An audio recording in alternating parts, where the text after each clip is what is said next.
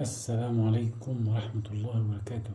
كل أحبابي والمصلين على حضرة سيدنا النبي عليه أفضل الصلاة والسلام، بعد ما نقول بسم الله الرحمن الرحيم، اللهم صل على سيدنا محمد وعلى آل سيدنا محمد كما صليت على سيدنا إبراهيم وعلى آل سيدنا إبراهيم في العالمين إنك حميد مجيد. اللهم بارك على سيدنا محمد وعلى سيدنا محمد كما صليت على سيدنا إبراهيم وعلى آل سيدنا إبراهيم في العالمين إنك حميد مجيد. النهاردة يا إخوان هكلمكم في شيء بعد ما تصلوا على حضرة النبي كمان مرة وتسمعوني كويس. نقطتين هكلمكم في موضوع الصبر والذكر واليقين، وقصة شابة استعانت بالله ويتيمة ما عندها حد أبدا يعولها إلا هي وأخوها الصغير، يعني هي اللي بتعول أخوها، ما عندها دخل ولا عندها أي شيء، بل إن الناس بتساعدها. والقصة ديت أحد متابعية أم فاضلة أو سيدة فاضلة أخبرتنا هذه القصة وقالت لي عن لسانها حرفيا هذه القصة حقيقية من لسان الفتاة نفسها، لأنها هي تعرفها وتعرف مدى صدق الفتاة ومدى يعني دينها، يعني لأن الفتاة سألت الله سبحانه وتعالى أن يرزقها الله من حيث لا تحتسب. بس قبل ما أقول لكم القصة أكلمكم في شيء. إيه هو إيه الشيء؟ بعد ما تصلوا على حضرة النبي صلى الله عليه وسلم وتستعينوا بالله كده وتسمعوني كويس وتكونوا متوضئين. ربنا سبحانه وتعالى بيقول ايه؟ اذكروني اذكركم واشكروا لي ولا تكفرون. يعني انت لما تذكر الله ربنا هيذكرك. والله العظيم انا قريت في آية، يعني قريت في آية اللهم صل على حضرة النبي عليه السلام، إن ربنا سبحانه وتعالى لما بتذكره بيصلي عليك غير الصلاة، لما غير الصلاة على سيدنا محمد. يعني أنت لما بتصلي على حضرة النبي عليه السلام بالصيغة الإبراهيمية أو أي صيغة، ربنا بيصلي عليك والملائكة بتصلي عليك وسيدنا محمد بيذكرك ويصلي عليك. تخيلوا يا جدعان، تخيلوا يا ناس اللي بتسمعوني، شباب بنات أبي أمي كل ناس بتسمعني. في بقى آية تانية، آه، في آية تانية ربنا نفسه بيصلي عليك بعيدا عن الصلاة على سيدنا محمد. شيء تاني اللي هو إيه بقى؟ هقول لكم أنا. ربنا سبحانه وتعالى بيقول في سورة البقرة: الذين إذا أصابتهم مصيبة قالوا إنا، ركزوا معايا، الذين إذا أصابتهم مصيبة قالوا إنا لله وإنا إليه راجعون أولئك مالهم بقى؟ أولئك عليهم صلوات من ربهم ورحمة وأولئك هم المهتدون. يبقى هيكون عليهم صلوات من ربنا ورحمة، وإيه كمان؟ وهيهتدوا. تخيلوا يا جدعان لما الواحد بيستعين بالله ويذكر الله ويحصل له مصيبة أو مشكلة ويصبر ويحتسب ويقول إيه أول ما يحصل له مشكلة كده؟ يقول إيه؟ اللهم صل على سيدنا محمد إنا لله وإنا إليه راجعون، اللهم أجرني في مصيبتي ولا أقول يا رب إلا ما يرضيك، اللهم أجرني في مصيبتي واخلف علي خيرا منها ولا أقول إلا ما يرضيك. ويكرر اللهم إنا لله وإنا إليه راجعون. آخر الآية ربنا بيقول أولئك عليهم صلوات من ربهم ورحمة وأولئك هم المهتدون. يعني ربنا بيرحمه ويصلي عليه ويذكره ويهتدى. انتوا متخيلين يا إخواني؟ ربنا نفسه بيصلي عليه، يعني بينزل عليه رحمات. ليه؟ لأنه ذكر الله وامتثل لأمر الله وصبر. وكمان ربنا بيقول لما يصبر إن الله مع الصابرين. عشان كده قلت لكم في فيديو سابق، كل ربنا سبحانه وتعالى خلق الأشياء كلها زوجين اثنين، السماء والأرض، خلاص، آدم وحواء، خلاص كده، خلق الليل والنهار، تمام؟ يعني من كل شيء خلقنا زوجين.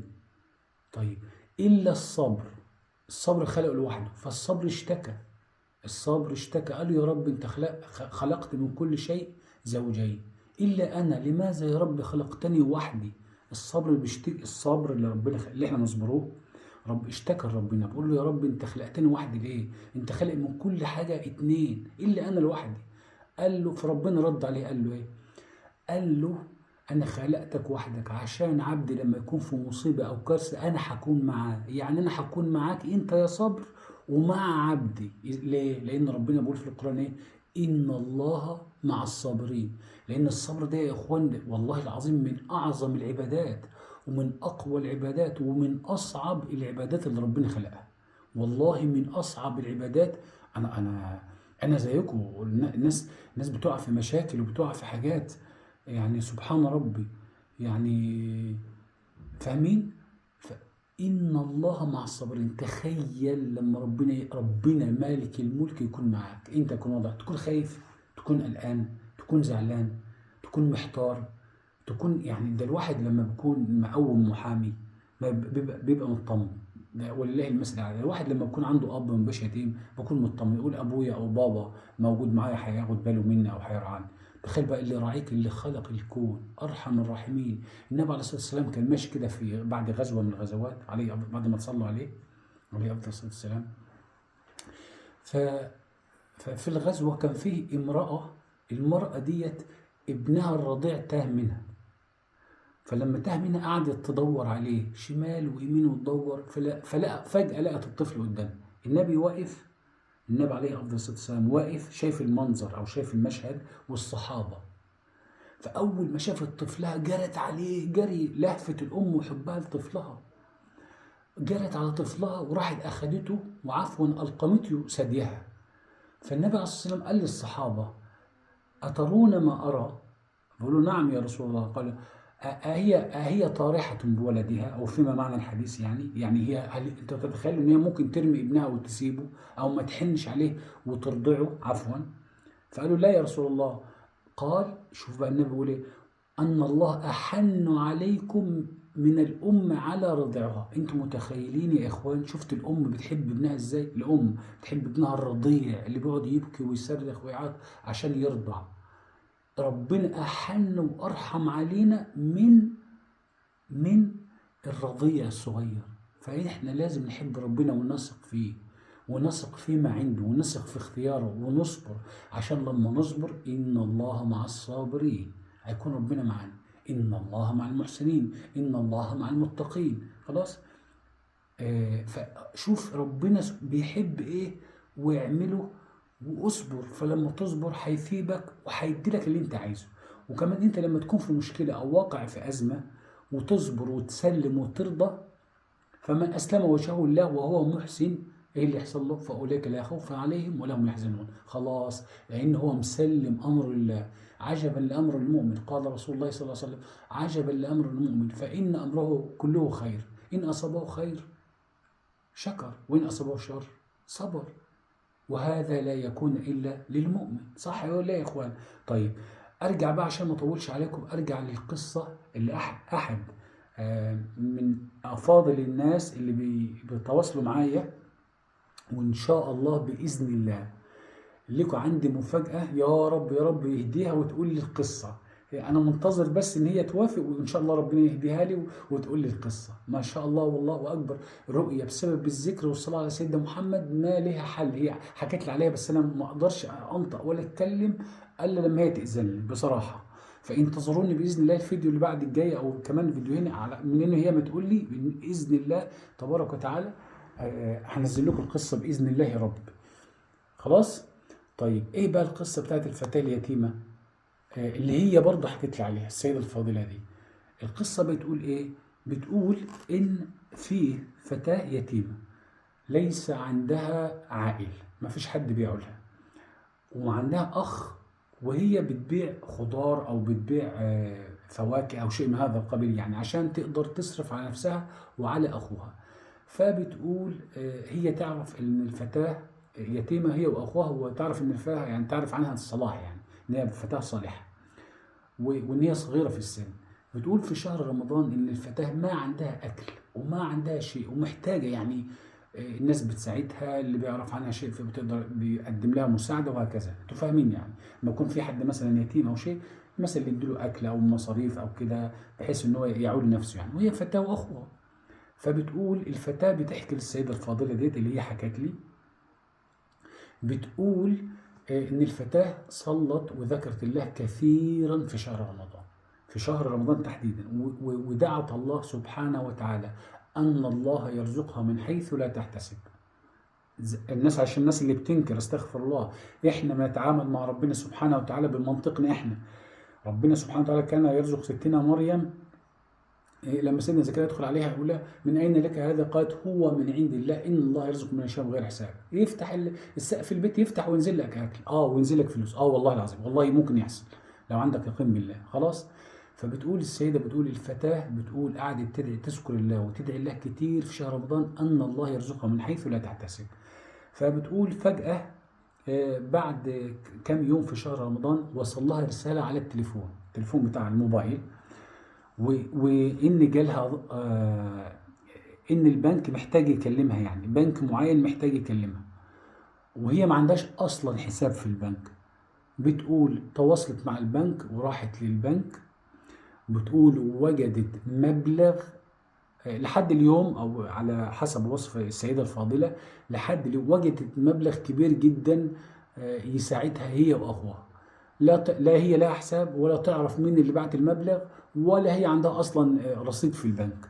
بتقول والله ولا في اسم ولا في اي شيء، وحتى بتوع البنك ما ذكروا لها اي شيء. فيا اخواني خدت المبلغ واستعانت به على قضاء حوائجها.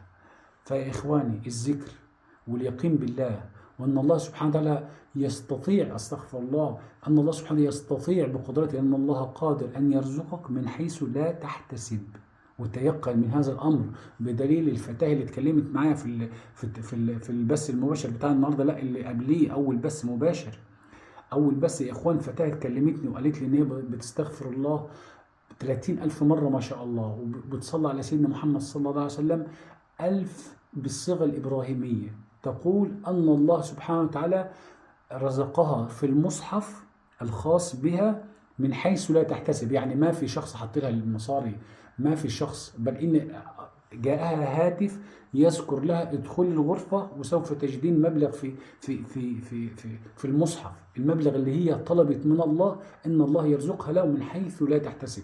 ادي دليل تاني اهو.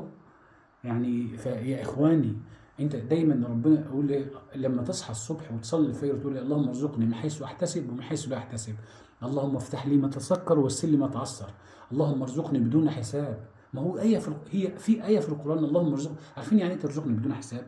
يعني يا رب اعطيني من غير ما افكر، اعطيني من غير ما يكون فيه سبب، اعطيني من غير ما يكون فيه وظيفة، او غير يكون فيه شخص هيجيب لي، وانت كده قاعد تلاقي نفسك جالك مبلغ من مين؟ من حد، من شخص، ملاك، ايوه صدق، من ملاك، والله انا مش ببالغ يا اخوان، ولا قاعد بنقول فانتاسيه مثلا عشان عامل قناه وبنتكلم عن الناس، لا الكلام ده حقيقي، اقسم بالله الكلام ده حقيقي.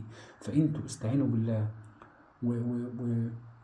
وتيقنوا بالله، وابدأ حياتك بالطهارة وبالوضوء وبالصلاة على سيدنا محمد. وخدوا يا إخواني وأخواتي، خدوا كده صيغة للصلاة على سيدنا محمد صلى الله عليه وسلم لتفريج الكروب. أنا هعمل لكم الفيديو القادم هعمل لكم صيغ، بعض الصيغ لتفريج الكروب. هتقولوا بسم الله الرحمن الرحيم، اللهم صل على سيدنا محمد صلاة تنور بها وجوهنا، وتشرح بها صدورنا، وتطهر بها قلوبنا، وتروح بها أرواحنا، وتزكي بها نفوسنا، وتغفر بها ذنوبنا، وتستر بها عيوبنا، وتضع بها أوزارنا، وتثقل بها ميزاننا،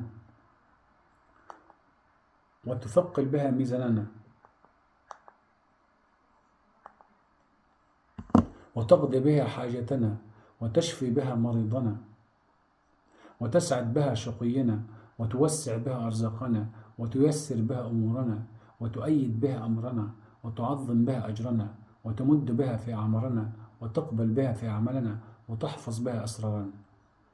خلاص يا إخوان، استعينوا بالله تبارك وتعالى، وصلوا على سيدنا محمد، وخدوا أي صيغة تحبوها، خاصة الصيغة الإبراهيمية، والله العظيم شافية كافية، أقسم بربي هذه الصيغة معجزة إلهية ولا يعلمها إلا الله.